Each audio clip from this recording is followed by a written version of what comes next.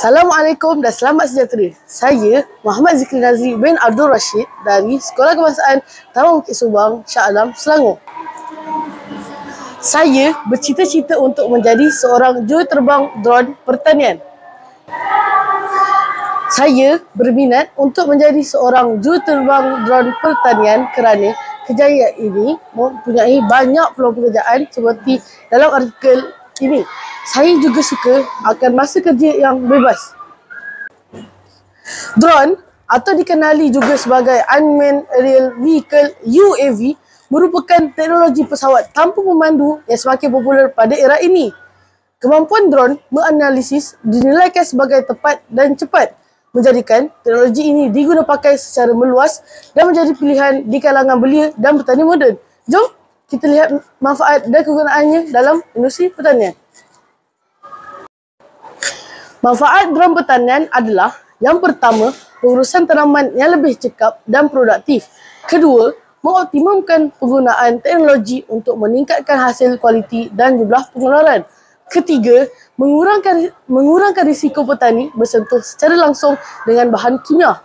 Keempat, merancang populasi tanaman terhadap luas kawasan penanaman.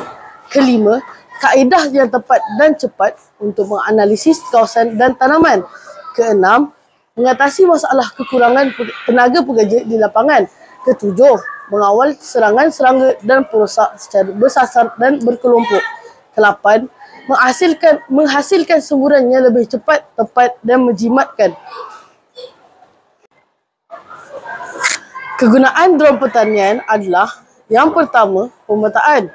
Pemetaan ialah penyusunan tumbuhan pada kapasiti optimum mengikut luas permukaan dan geografi kawasan.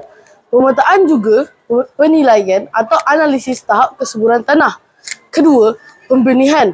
Pembenihan adalah penyebaran benih tanaman yang lebih seragam dapat meningkatkan kadar percambahan.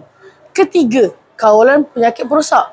Kawalan penyakit perosak ialah pengawalan secara segera dari serangan penyakit dan perosak. Mengenal pasti atau merawat segera tanaman di kawasan yang bermasalah. Keempat, pembajaan. Pembajaan ialah penaburan baja dan penyiraman air di kawasan tanaman dengan lebih mudah dan pantas. Terakhir sekali ialah pemantauan. Pemantauan ialah memantau secara berkala sepanjang proses penanaman dan pembesaran pokok. Proses merekod dan inventori tanaman lebih mudah dilaksanakan. Untuk menceburi bidang ini, saya memerlukan SPM syarat kepujian dalam matematik, matematik tambahan, sains pertanian dan fizik. Program pengajian yang sesuai untuk menjadi juruterbang drone pertanian adalah Diploma Mekanikal ataupun Mekatronik.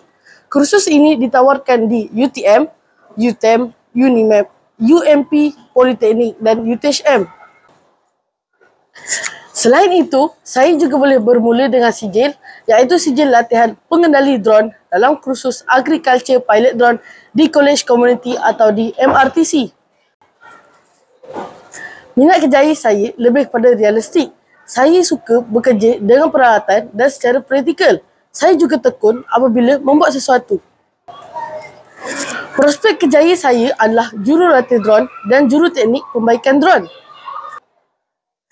Saya boleh memohon kerja di MADA atau Lembaga Kemajuan Pertanian Muda, Genting Plantation dan Sam Darby Plantation. Mesti anda semua ingin tahu kan tentang gaji saya? Gaji yang saya boleh perolehi adalah dari RM2,000 hingga RM5,000 sebulan. Terdapat juga risiko apabila saya menceburi dalam bidang ini, iaitu servis drone yang agak mahal dan jualan drone di Malaysia agak terhad. Cabaran yang saya akan hadapi pula adalah saya perlu kuasai teknologi drone yang pantas seiring dengan kemajuan negara. Saya juga perlu hadapi kerenah pelanggan yang tidak yakin dengan teknologi drone. Walau bagaimanapun, saya akan berusaha untuk mencapai cita-cita saya. Sebelum saya mengakhiri penyampaian saya pada hari ini, jom sama-sama kita menonton dahulu video tokoh juruterbang drone pertanian.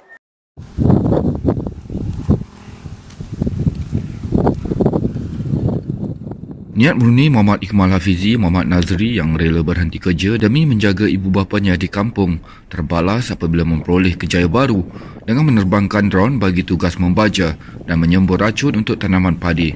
Jelas beliau, setibanya di kampung, beliau diberitahu oleh rakan koperasi kawasan tani Berhad Simpang 5 sedang mencari pengendali drone. Maka beliau memohon dan dipilih menerbangkan drone bagi membaja dan menyembur racun dalam proses penanaman padi. Digelar sebagai pilot, Iqmal bersama rakan sekerja Muhammad Afiq Haziq Sulaiman melakukan penyelidikan dan pembangunan R&D bagi memantapkan lagi penggunaan drone di samping mengelak daripada sebarang masalah. Nak tengok saya terbangkan drone?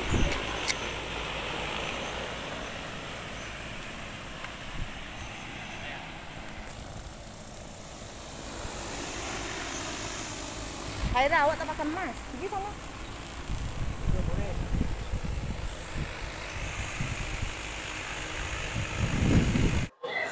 Sehingga kita berjumpa lagi. Sekian, terima kasih.